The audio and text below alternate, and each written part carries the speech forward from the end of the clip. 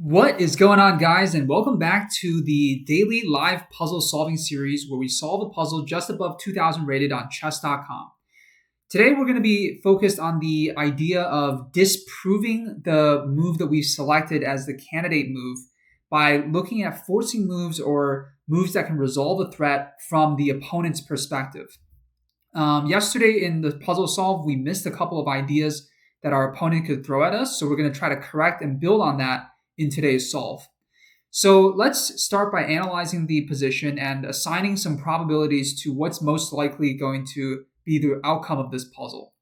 Material is even in this position. Both sides have a queen, both sides have a rook, and both sides have three minor pieces as well as four pawns. So not much of an advantage there for either side. In terms of the king safety, we would say that our king is looking a lot safer than his king.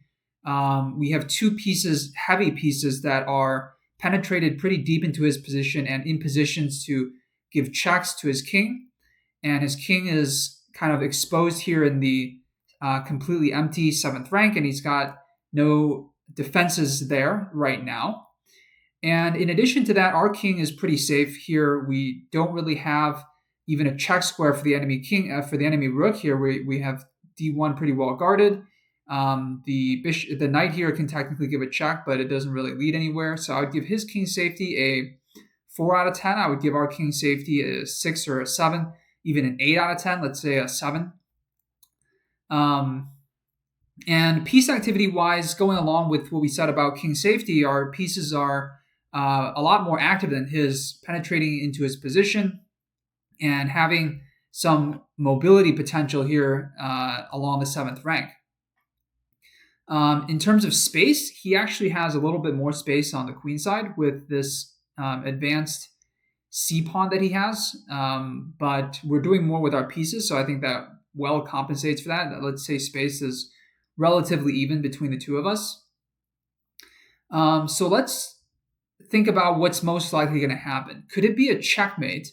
I think he has enough defenses here along the 7th rank and along the 8th rank to prevent us from forcibly checkmating him, even though his king is a little bit exposed. So I would assign a pretty low probability to that happening. In terms of winning some material, I think that's quite likely because we have this attack on his queen. He has an attack on our queen as well. And we have an attack on this bishop here on e6, which is twice attacked and twice defended. So currently it's adequately defended, but anything can change. We have a check that we can give to potentially move his king, and it remains attacking the enemy queen. So we can potentially use a check or the threat of a checkmate to win some material. And I don't see an opportunity for other types of outcomes like the creation of a passed pawn. That looks pretty unlikely with everything kind of bottled up on both the king and the queen sides. So let's assign probabilities. I would say there is a 10% chance that we can checkmate the enemy king, and there's a 90% chance that we can win some sort of material. Now, what type of material might it be? I think there's a good chance that it's the enemy queen because it is currently under attack by our rook. There's also a chance that it's this bishop because we have so many pieces that are attacking it. It could even be this rook. For example, if we decide to take the rook, he would take back with this queen and we would lose material, but maybe in other variations where we attract the queen off of the 8th rank and as well as the c7 square, the d7 square, etc., we can maybe win this rook for free. It could also be this knight if it's forced to jump into e7 to block a check or something like that. So those are the possibilities. This knight is pretty well defended here by 2 pawns, so I think there's a low probability that we can win that knight. So I'd say 40% chance it's this queen, maybe a 30% chance that it's this bishop, 20% chance that it's this rook, and 10% chance that it's this knight. So we haven't fully narrowed down to which piece it could be, but we have these general probabilities, and we'll update these probabilities as we calculate moves in the actual position. So let's get right into doing that. So the first candidate move that I would consider in this position, and I did have a chance to look at this position for about 3 minutes before I started analyzing this puzzle live with you here, and I was curious about this move to create the puzzle. Like, why is this a blunder? Obviously, our queen is attacking, or our rook is attacking his queen. So instead of moving his queen out of the way of the attack, he chooses to create a situation where there's competing threats. He's now threatening to capture our queen. So that move is wrong for some reason, potentially because we can get our queen out of trouble in some way, or we can take his queen without him having the ability to take our queen. The first candidate move that I would look at is rook to c7 check. The idea here is that if he takes our rook with his queen, we take his queen with our queen, and we're up a queen for a rook. And if he doesn't take, let's explore his other options. He can block. Let's say he blocks with a knight. If he blocks with a knight, we can just take the knight with our queen. And in fact, he's very close to being checkmated, if not definitely being checkmated. If he moves his king to g6, he gets mated on g7. And if he moves to f8, he gets checked on g7, and then once again on e7, and then that's mate. If he moves to f8, then if he moves to g8, then queen to g7 is mate. So blocking with the knight seems like a terrible idea. Rook c7 check. If he blocks with the bishop, the problem with that move is that his rook is no longer attacking our queen, and we can just take his queen with our rook, and then the best he can do from there is to take back with his rook or his bishop. Well, he wouldn't want to take back with the bishop because then we would take his rook, and then we would be winning even more material. So he could take back with the rook, but then he would be losing a queen for a rook once again.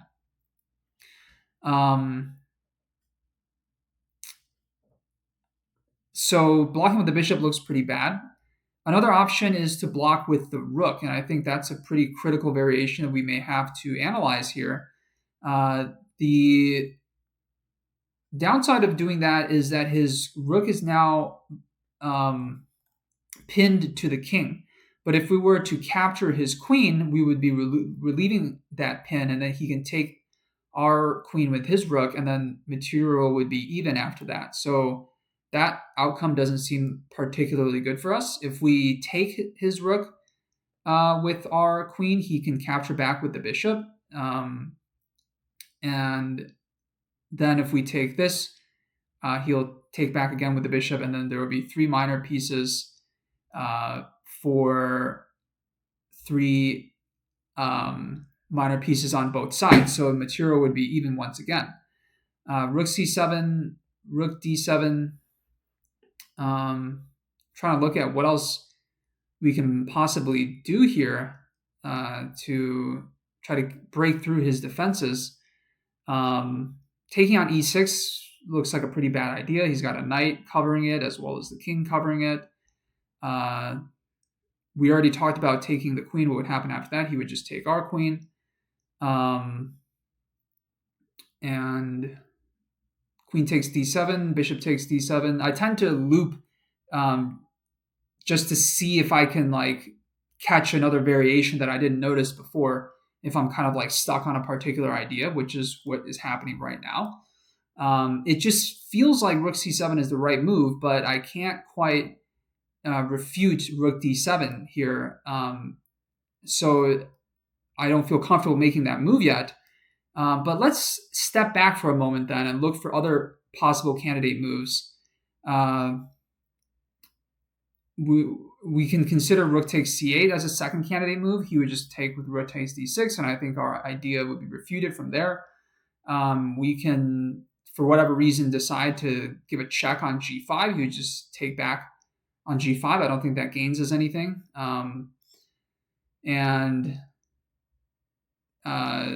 Doing anything else would just result in him taking our queen, and then we can take his queen, but then he would just take back with the bishop, and he's up a rook after that. So that also looks quite bad. So we could rely on the process of elimination here and just decide that rook c7 is the best move and then kind of decide what to do after that.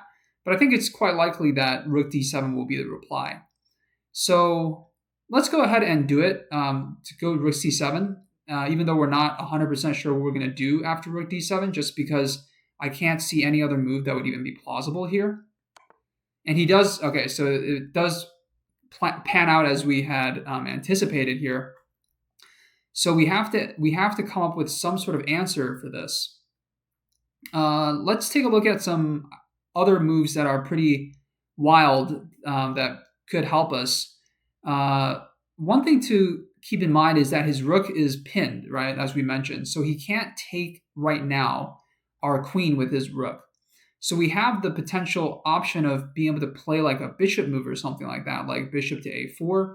The issue with that is he can take on c7 with his rook, and I don't see what compensation we get. It looks like we're just losing a rook straight up.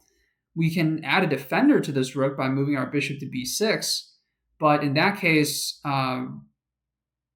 he can still take on c7, and then if we just take on c7 with our bishop, we're not losing material, but we haven't gained anything either. It's just been a trade of rooks, and it doesn't look like there's anything else that we can do from there. So those are the two bishop moves. If we doesn't look like there's anything we can do with our knight. Taking here with the bishop would just result in the loss of a material on c7. So let's look again at the more forcing moves rather than these less active moves, because we can't see them working right now. The more forcing moves would be rook takes here or rook takes here. Let's take another look at rook takes c8. He would just play rook takes d6, and I really don't see a way to continue after that. Our rook is under attack by the bishop after that, so we would have to move it. And I don't see any way we can like checkmate him or anything. Let's go back to our Bayesian probabilities and see if we can update that. So after rook to d7, I think the chances of a checkmate are even lower now. His defenses look improved with the blocking of the check. So I would say we can bump checkmate down to maybe like 5%. The chances of winning his queen, I think, are still quite high. Maybe it has improved to like 50, 55, even 60%. The chances of winning this rook, I would say, if queen is 50%, the rook maybe 30%. And then this bishop, it's still so well defended here that I think it's at most like a 10%. And this knight, I think, has gone down to 0. So we can say, let's say 60% the queen, 30% the rook, and 10% this bishop. So the probabilities haven't changed an extreme amount since we last evaluated it. And we're still looking for a way to break through here. And if rook takes d7, he can take back with the queen, or he can take back with the bishop. Either way, I don't see a way to continue without just exchanging material off the board. So we could potentially be looking for a move that's like very, very unexpected and miraculous here, because the conventional moves, at least from what I'm seeing, are not really working. His rook move to d8 has in some ways been justified by rook to c7 check, because he's able to now muster the defenses of muster some defenses around his king by moving his rook to block it. So we haven't refuted that move yet, which I think is a little bit suspect. What if we move like queen to c6? We would still just lose that rook straight up. Just looking for other wild and crazy ideas.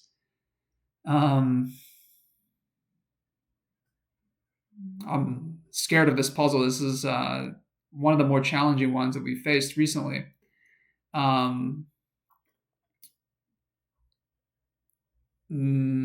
Queen to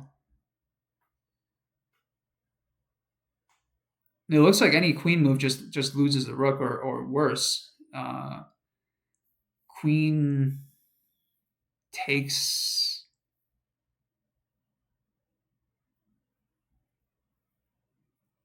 queen takes queen takes, rook takes, bishop takes, or queen takes, bishop takes, rook takes, bishop takes. It all looks the same. Um, Rook takes, queen takes, bishop takes, or queen takes, bishop takes, rook takes. Uh, there might be like some sort of move there that we're not considering, where we have to sort of Rubik's cube the move order a little bit, and we can get something out of it if we just do the thing in the correct order. But I'm not concretely seeing what that could be. Um, Bishop to b6, bishop to a4. We've already checked those.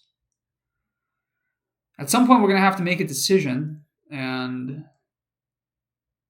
it's tough without being able to eliminate any of these moves. I wish I had like a paradigm that we could use to think about this. I'm looking at my notes from last week, from the last video.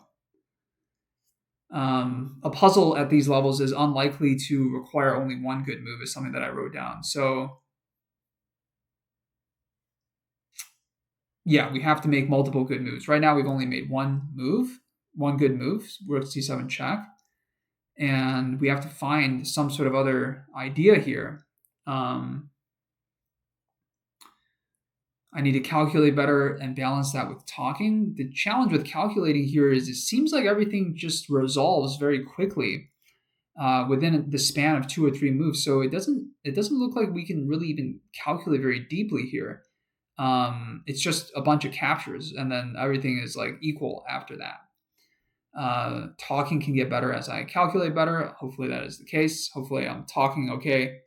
In this video, I do focus on my vocal projection and making eye contact and things like that. I do try to make these videos entertaining for you guys in an informative way as well.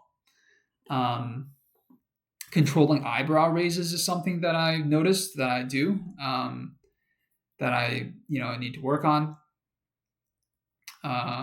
Just trying to divert attention away from the puzzle and just chat a little bit, basically. I was watching Lion Chess the other day, and I noticed that he makes good eye contact with the camera, and that helped me to like engage with the video.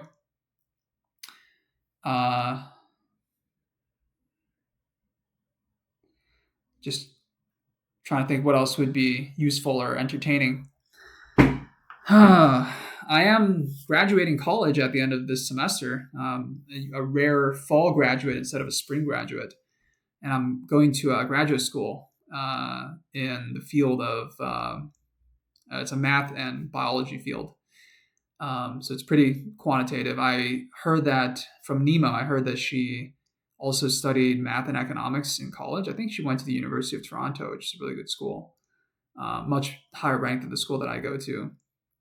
But there's also a lot of chess players who say that they're not very good at math. All of this is just getting me more and more invested in doing this puzzle, because I've now struck up a good conversation with you guys. And if we don't get this right, I'm not going to post this video. So that would be really sad. So looking at the puzzle again after that chit chat, rook d7, it just looks like it's very possibly the right move, but after bishop takes, I don't see what else we can do. Like,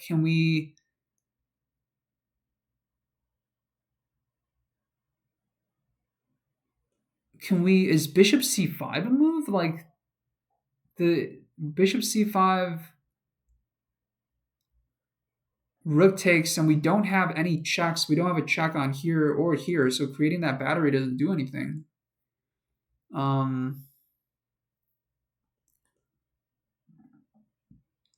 Bishop a4 again just hangs the rook.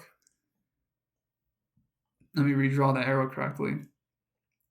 I'm willing to sit here for another 10 minutes and just stare at this to get it right. But the video would just be really, really long.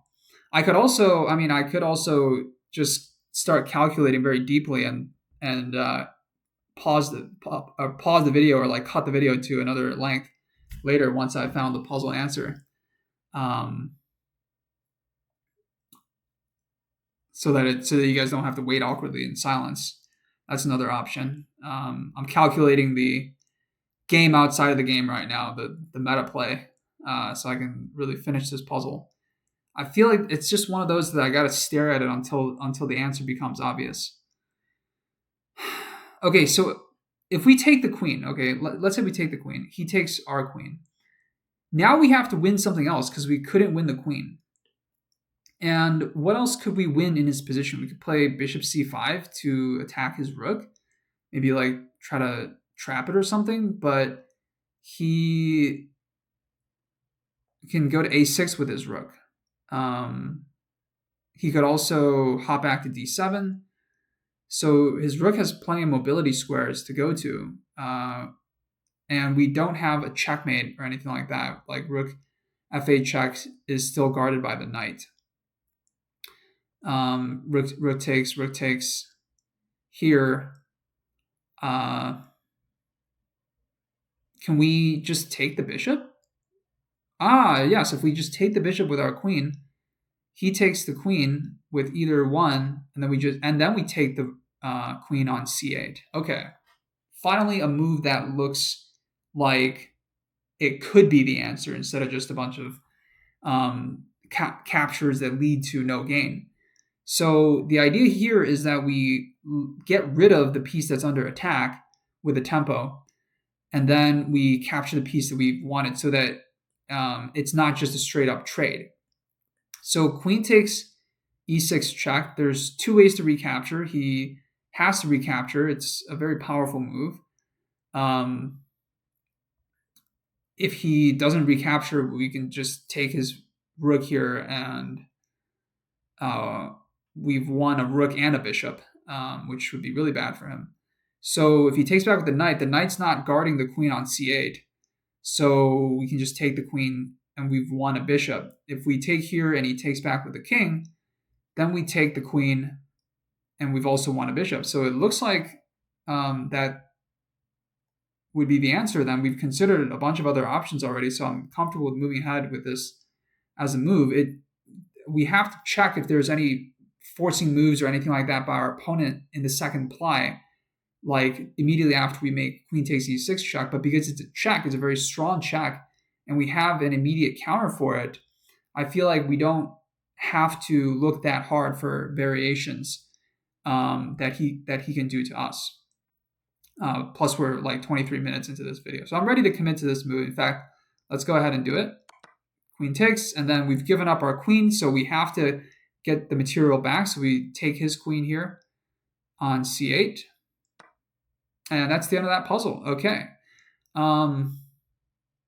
I guess the main thing I want to work on in this puzzle is the fact that it took so long to see queen takes e6 check. I think the key was looking a little bit closer at rook takes c8, rook takes d6, and just basically wanting to fix the move order a little bit, where we can now take his queen and we would win a piece out of it.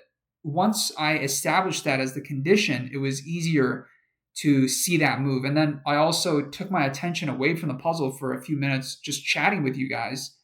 And that helped me to kind of reset my perception and not be so fixated on the moves that I was focused on before.